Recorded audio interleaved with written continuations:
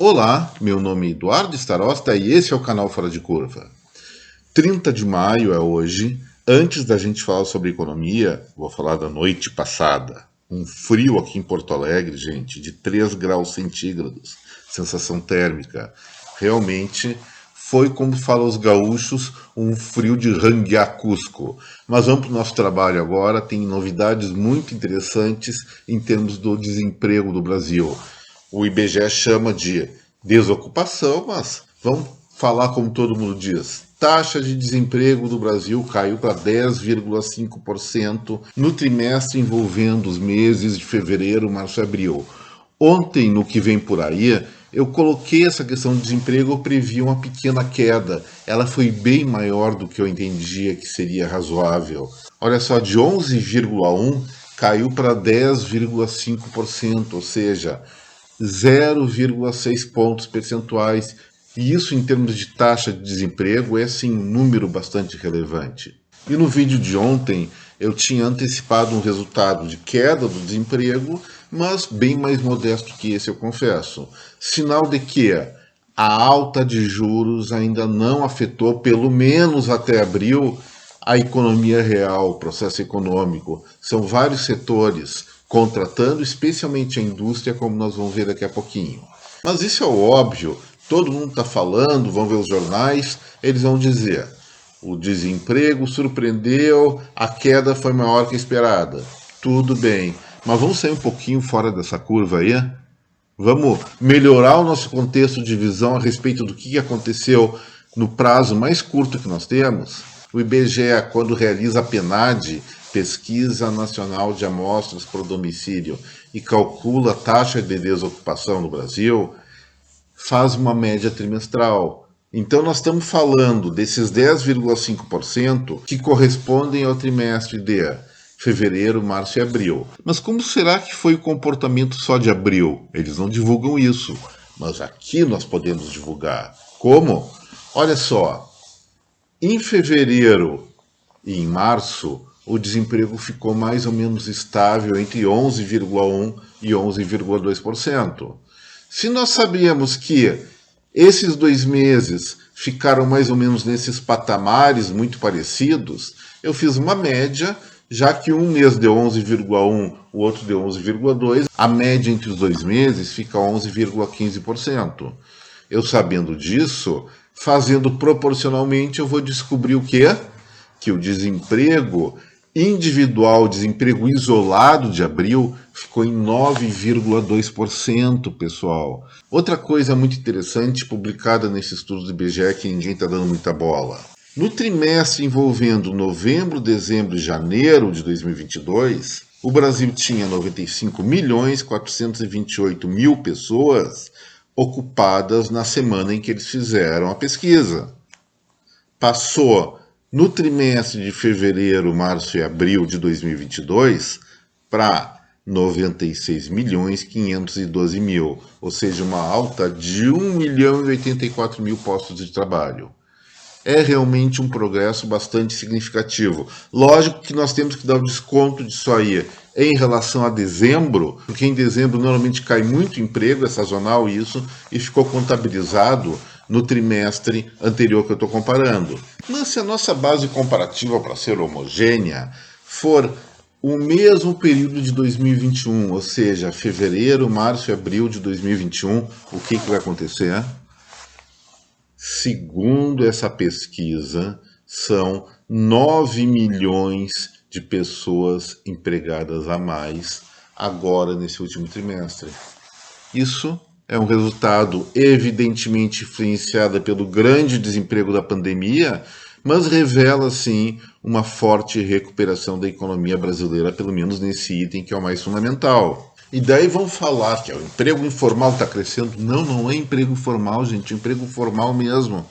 Olha só, desse 1.084.000 pessoas a mais empregadas nesse trimestre, 691.000 são pessoas que conseguiram o emprego, o posto de trabalho com carteira assinada.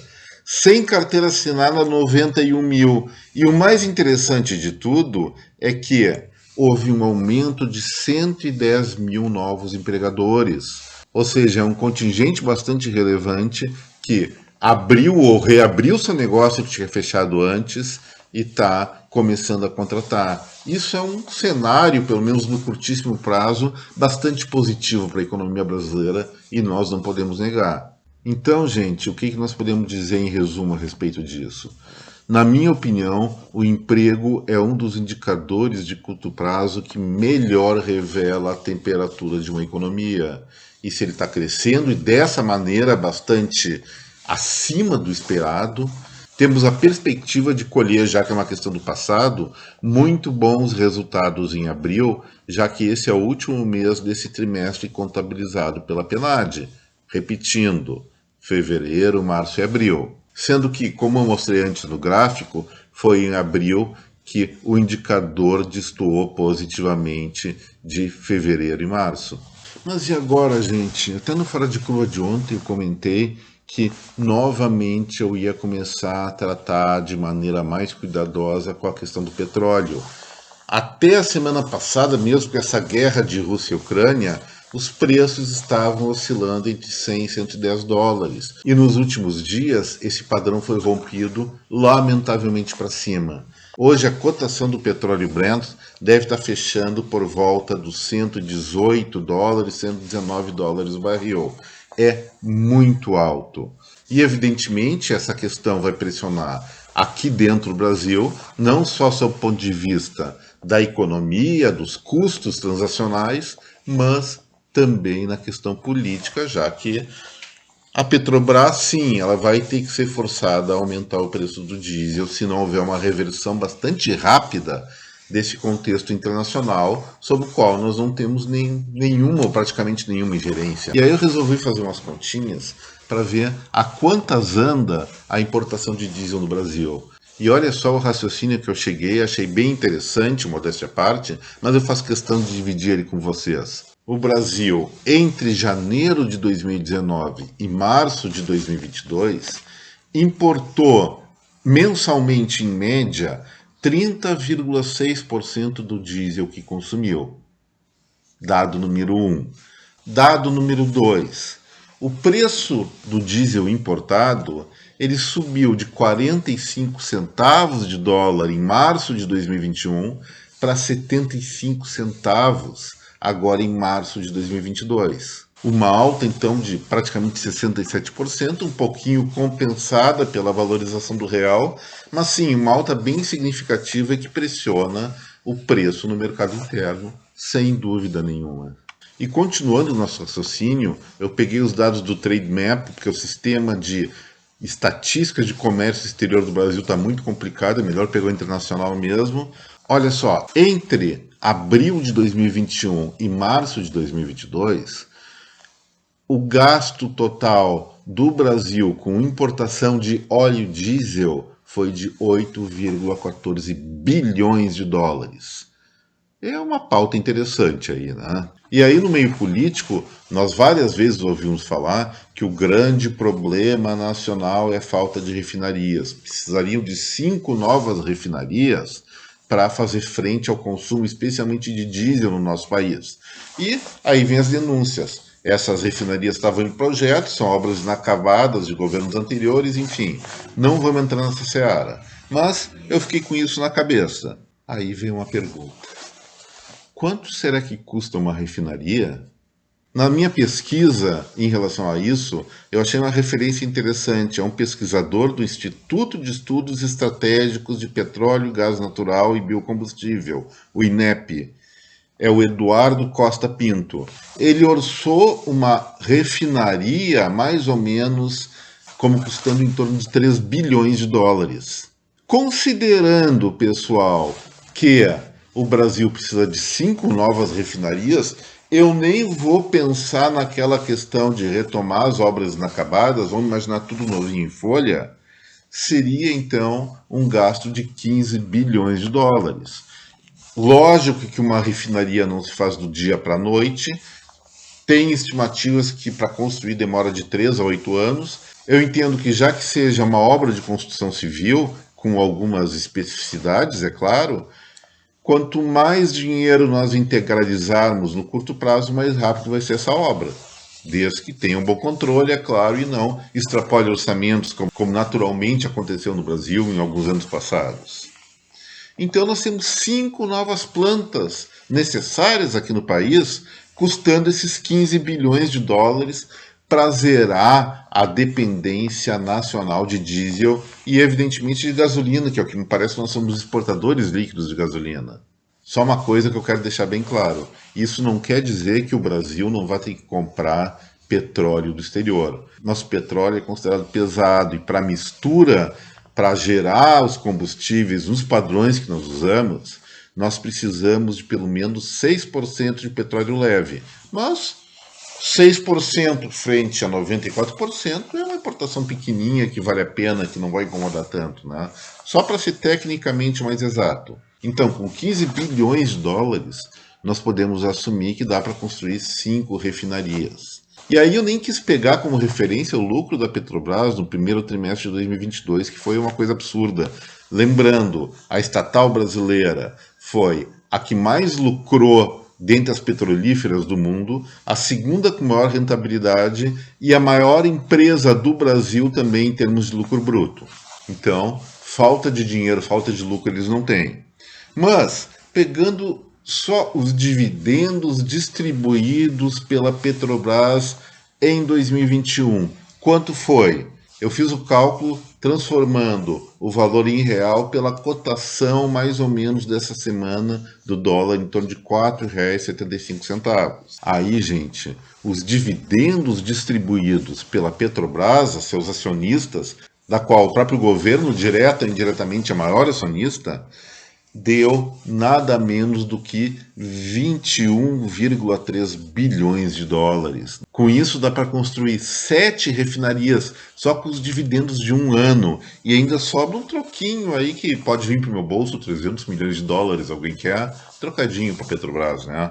E aí alguém pode me contrapor. Poxa, pode ser, mas esse dinheiro dos dividendos pertence não só ao governo federal, tem acionistas, tem fundos de pensão que investiram na empresa, enfim, tudo bem, mas vamos pensar o seguinte, vamos pegar só o dinheiro, só os dividendos que foram realmente entregues para os cofres públicos federais. Foram 7,85 bilhões de dólares. Então, só o dinheiro recebido pela União a título de lucro pela estatal daria para construir 2,6 refinarias novas, que reduziria brutalmente também a dependência do Brasil da importação de diesel. Agora, deixando os números um pouco de lado, vamos falar reto aqui entre a gente. A questão do petróleo agora, imagino eu que seja circunstancial. Primeiro, houve uma alta de preços naquele momento em que os países foram se recuperando da pandemia, aumentando a sua demanda por petróleo, e a OPEP, muito espertamente, aumentou a sua produção de uma maneira menos do que proporcional ao crescimento da demanda pelo produto. Aí o preço subiu. Depois, ainda com a guerra entre Rússia e Ucrânia, o preço explodiu. Então, gente, eu já falei várias vezes, sou a favor da privatização da Petrobras, sim, mas eu sempre considerei energia um ponto estratégico para qualquer país. Um país que quer se desenvolver precisa ter energia, não só petróleo, mas elétrica também, em outras formas, abundante e barata.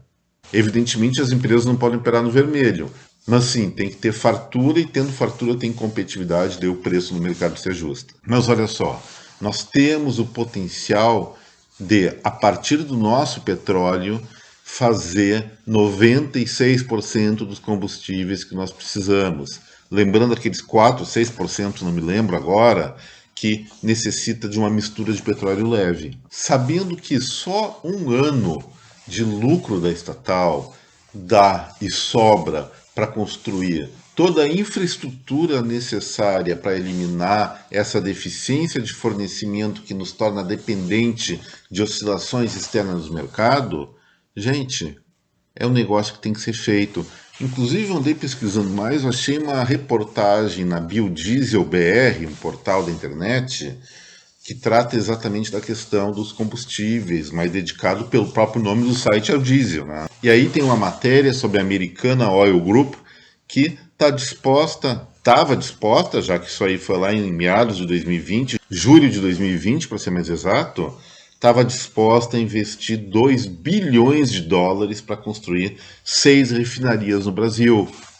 Lógico, refinarias de pequeno porte, não essas de 3 bilhões cada uma, que são mega refinarias. E é claro que uma empresa que se dispõe a fazer tal investimento, seja pelos seus recursos próprios ou até captando investimento no mercado, tem alguma convicção de que o mercado interno aqui é bastante promissor para consumo de diesel. Então, gente, sob o ponto de vista estratégico, sob o ponto de vista geopolítico e sob o ponto de vista do mercado, me parece, pelo menos os indícios que eu apanhei nessa rápida pesquisa que eu fiz hoje, me parece que realmente é uma boa oportunidade partir para um investimento bastante intensivo e rápido na ampliação da capacidade de refino do Brasil.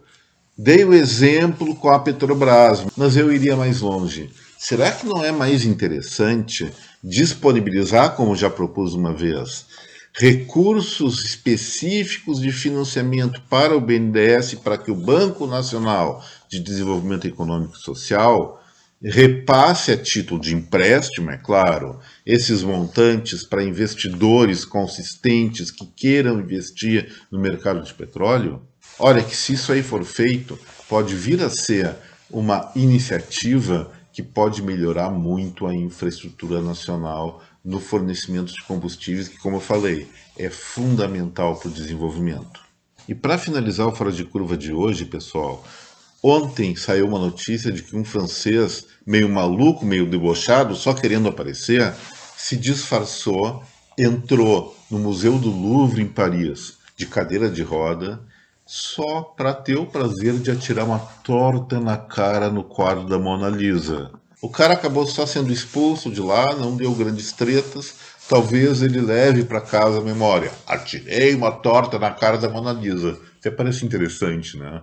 Mas Leonardo da Vinci, sim, era um baita de um artista, fez a Mona Lisa, fez várias outras obras, um super inventor, mas agora, em pleno século XXI, em 2022, nós temos quem talvez dê uma surra em criatividade ou exatidão de hiperrealismo no Leonardo da Vinci.